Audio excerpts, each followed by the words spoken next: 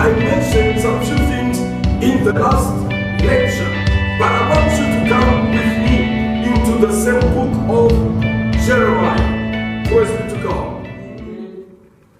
4. I want us to look at few things.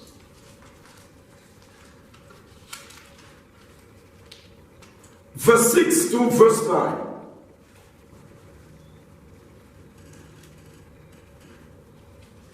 Did I say verse 6 to verse 9? Yes.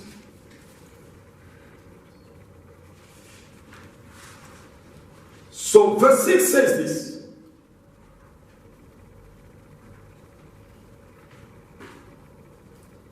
Set up a standard toward Zion. Flee for safety. Do not wait, for I will bring evil from the north and a great destruction. A lion is gone up from his thicket, a destroyer of nations. He is on his way. He is gone forth from his place to make your land desolate, that your cities be laid waste without inhabitant. For this clothe yourself with sackcloth and lament and wail, for the fierce anger of Yahweh hasn't turned back from us. It shall happen at that day, says Yahweh, that the heart of the king shall perish, and the heart of the officials and the priests shall be astonished, and the prophet shall wonder. What am I talking about here? Verse 7 says, a lion is gone out of the thicket. Beloved, watch this. The Bible tells you that from the nation, from the north, and Babylon was exactly the nation that was coming, that God was referring to. Now he says that it is a lion. He's not going to spare. He's coming to destroy your land. It means Judah. He's coming to destroy your land, to bring everything to total destruction. Your cities will be laid waste and inhabited. So begin to run away, flee for your safety, because destruction is coming. Now the kingdom of the nation that was coming, it is which nation? The Bible says a lion. Oh, so you see, it's not in vain that until today, most nations, they are symbolized by animals. It's either it is a bird or it is any other animal. Most of them. Praise be to Yahweh. Amen. So, the lion that God was talking about, which was coming, he was talking exactly about this king Nebuchadnezzar. Jeremiah chapter 5 verse 6. Jeremiah actually wrote a lot on this kingdom, and he called it with Ezekiel on these names. Now watch this. The Bible says, therefore a lion out of the forest shall kill them, and the wolf of the evenings shall destroy them, and a leopard shall watch against their cities, and everyone who goes out, there shall be torn in pieces. And because their transgressions are many, and their backsliding are increased. Beloved, you look at this. God he was calling Nebuchadnezzar, or the nation or the kingdom of Babylon, to come and punish even his own people, as you heard, simply because of the many sins of the people. Praise be to Yahweh. Many sins of the people. And that's what caused that he was able to call Nebuchadnezzar, the kingdom of the lion, to come and destroy them. You've heard of the wolf, you've heard of the bear, of the leopard. Now, those are other animals which we are not dealing with, because the first one is still a lion. Praise be to Yahweh. Now, I'm in Jeremiah chapter 49, verse 19. Look, he shall come up like a lion from the pride of the Jordan against a strong habitation. For I will suddenly make them run away from it. And however is chosen, him will I appoint over it. For who is like me? And who will appoint me a time? And who is the shepherd who will stand before me? There is an appointment still with a lion. Now, I want you to write really these scriptures very seriously. Chapter 50 of Jeremiah. I told you Jeremiah wrote a lot on this. Verse 17, the Bible says, Israel is a hunted sheep. The lion has driven him away.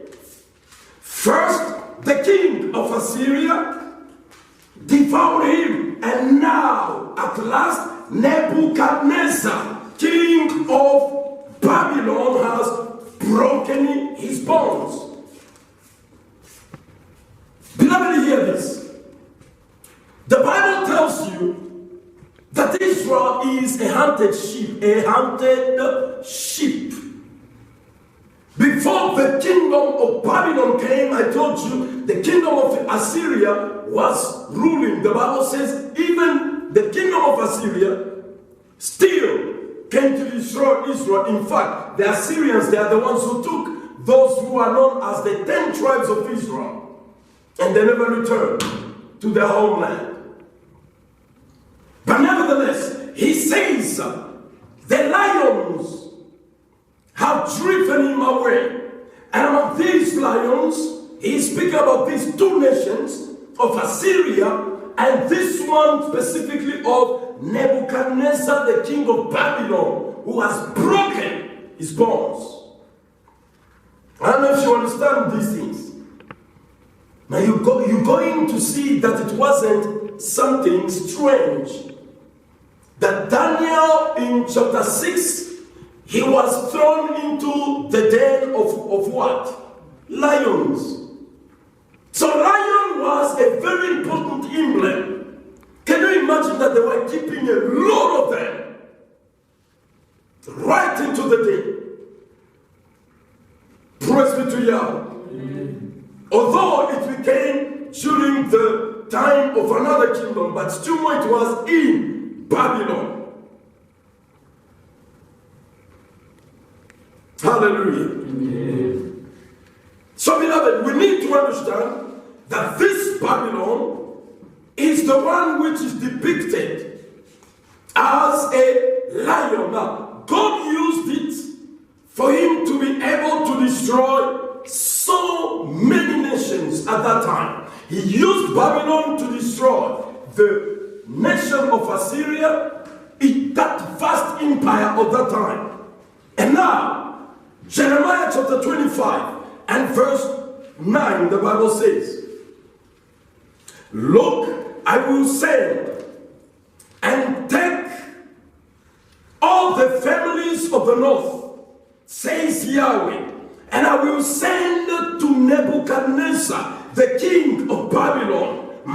servant, I will bring them against his land and against its inhabitants and against all these nations around.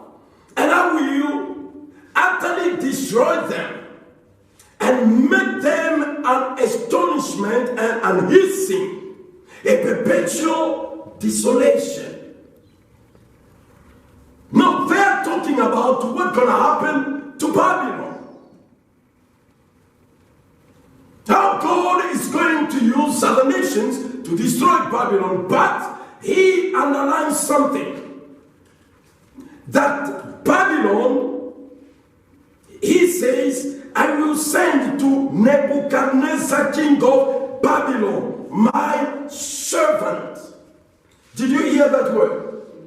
Now God calls Nebuchadnezzar his servant because, of course, he used him in Jeremiah many places. You know, the Bible tells us about Nebuchadnezzar being the servant of God. God used him as his golden cup, which makes the nations of the whole world to get drunk. So Nebuchadnezzar, when he comes, you see, the kingdom of Babylon, for people who do not know, because there is nothing called Babylon today, many nations, many other nations have changed names. So it is the current Iraq, you know, Iraq side. That's exactly where Babylon was. Where Saddam Hussein was ruling from. You know the man. So, beloved, this is very important for us to understand that the Bible calls this kingdom as a kingdom of destroyer. When Nebuchadnezzar comes to you, you better surrender. You cannot play around. You can't. Watch this. I'm into the book of Ezekiel, chapter 26, verse 7 to verse 10. For thus says the Lord, look, I will bring on Tyre Nebuchadnezzar, king of Babylon, king of kings, from the north, with horses and with chariot, and with horsemen, and a company, and many people. He will kill your daughters in the field with a sword, and he shall make thoughts against you, and cast up a mound against you, and raise up a buckler against you.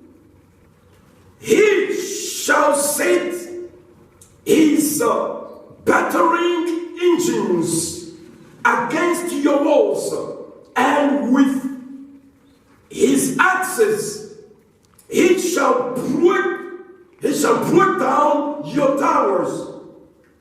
By reason of the abundance of his horses, their dust shall cover you, and your walls shall shake at the noise of the horsemen, and of the wagons, and of the chariots, when he shall enter into your gates, as men enter into a city in which is made a breach.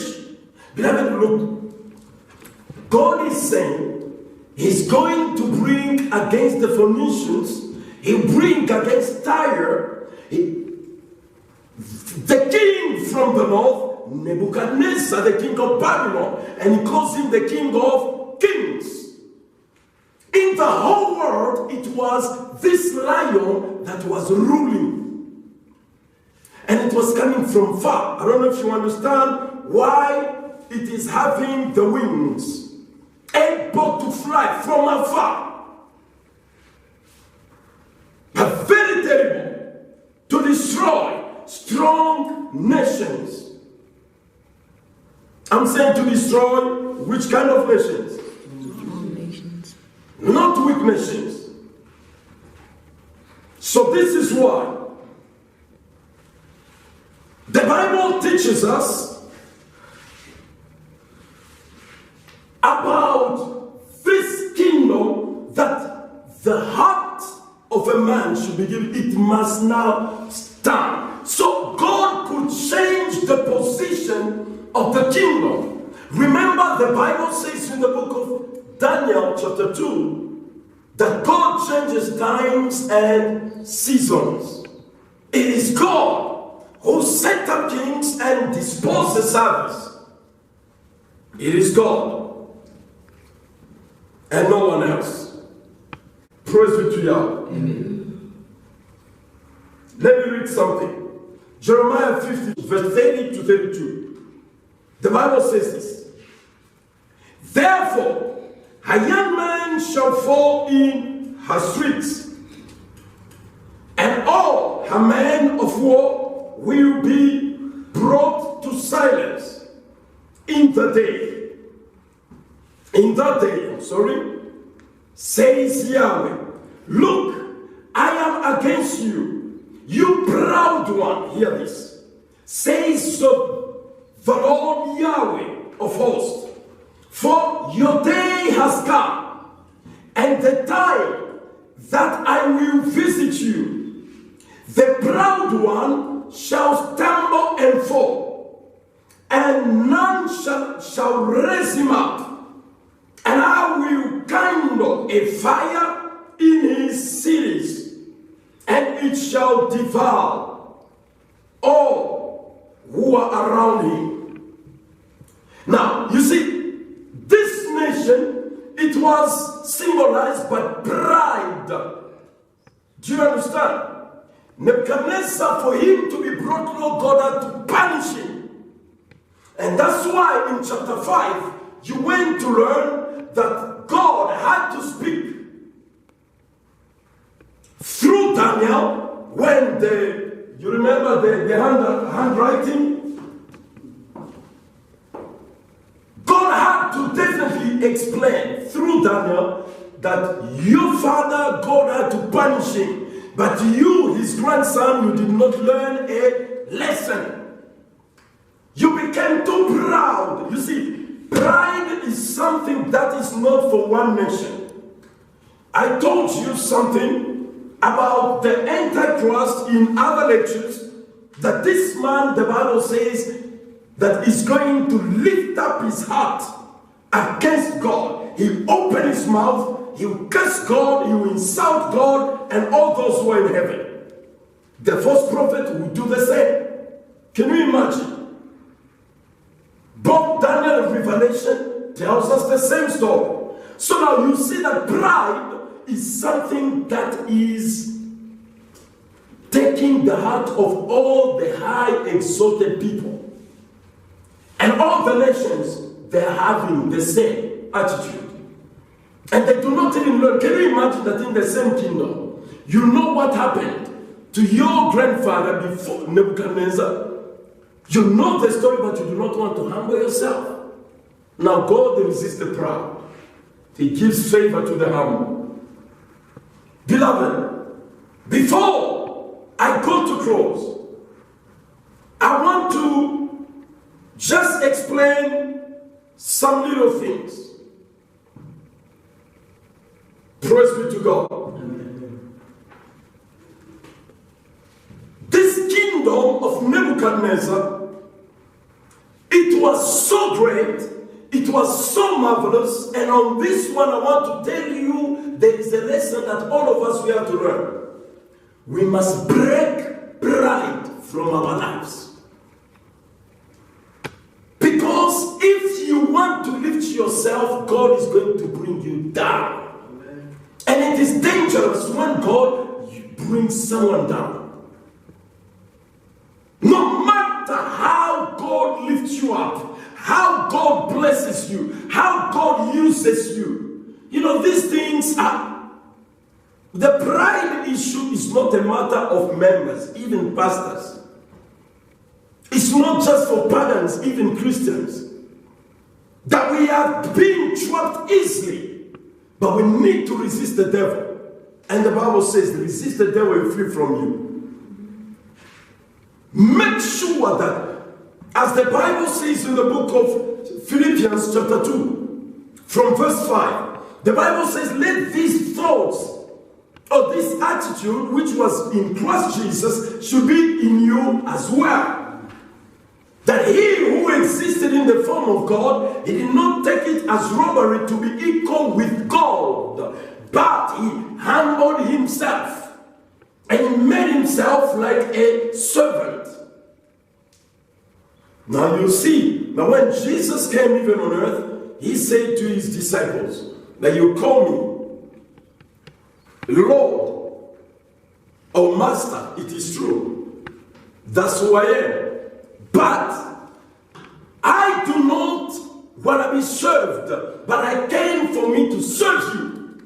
Hear me carefully. You see, what kills the society today? People want to be bosses. And what is shocking even in churches, whether pastors or members, every one of us want to be served instead of serving. But now Jesus defines greatness this way. He says, the one who want to be great among you, he should be the servant of all of you, and he should be your slave. Now, who is going to accept to be a slave of anyone? Most of human beings, they are filled with that ego, the pride. You know, you feel like you cannot serve, you want to be served. But the word of God says the people of the world, they are the ones who are loading it upon people. But for us, who are children of God, we shouldn't be so. The one who want to be great, he must serve. So you see, many people, they want positions even in churches. And now let me shock you a little bit. The people who want to have positions today, just as in Matthew chapter 20, there was this problem which I'm explaining here. Chapter 20, verse 20 of Matthew. So, a woman came with his two sons, the wife of Zebedee. He said to Jesus, Lord, worshiping him, please, can you do me a favor? That you take one of my sons to be on your right and another one on your left in your kingdom. Jesus looked at the woman and he turned now to his disciples because he knew those two apostles, they are the ones who requested the mother to do so. Say, you are asking for what you do not know. Are you able to drink my cup?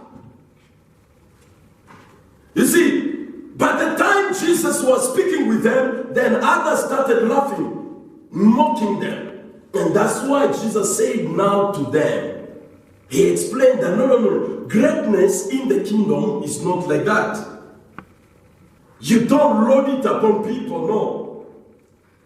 Praise be to God. But he said to the woman, well, for the ones who should be on my right and my left in the kingdom, it's not me to tell you or to choose, but it is my Father himself. It is already well planned, prepared for those people. They did not look for the position, but because of their service, because of who they are before God, God gave them the position. Remember, for the apostles, Jesus said to them that I'm going to make sure that you, because you persevered with me under my trial, I'll give you also to sit on 12 thrones, to rule, to judge the 12 tribes of Israel. Each one of you will rule or will judge one tribe of Israel. Now those are millions and millions of the people. Can you just imagine? Now, in other words, Jesus had already prepared their position in the kingdom. Are you hearing me? So, but then they wanted another position. Beloved, God knows what is best for us. And God has planned what is best for us already. That's why in the work of God, please, don't ever fight for any position. No. Don't push people for you to be more respected, more considered. Everyone should serve you. You should be called so and so. Please, humble yourself. The Bible says, humble yourself under the mighty hand of God. and he shall exalt you in the due time. Amen. So, I'm closing to say, let this lesson be able to teach us. And now, because of all that happened into Babylon, I taught you how it came to fail in chapter 5 of the book of Daniel. So on this point, you should know this. Anything that has a beginning, it has an end. Now, this is why we have to understand the only thing that has no beginning and end is the kingdom of God. Amen. Everybody has a beginning and an end. But it's only God who has no beginning and he has no end. That's why his name is Yahweh, meaning eternal. He is the eternal God. Amen. And that's why his kingdom is an everlasting kingdom. And for all those who believe in him, you and I, including those who will believe afterwards, all of us will serve under his government, and we are not going to pass away. Us will also remain forever. First John says this, chapter 2, verse 15 to verse 17. Do not love the world nor things which are in the world. The lust of the flesh, the lust of the eyes, or the pride of life. All these things will pass away. But he who does the will of God endure forever. It means you will never pass away. Amen. But anybody else who is putting himself into the lust of the flesh, lust of the eyes, pride of life, beloved, you pass. So that's why do not be too much in these material things. The Bible says that the material things, they are only for a short time. But then, as we believe in the invisible kingdom of God that is in heaven, which is going to come, may God richly bless you. That should be your hope. That should be your motive. That's why you should do your best. You persevere until the end. As the Bible says, he who endures to the end shall be saved. God bless you.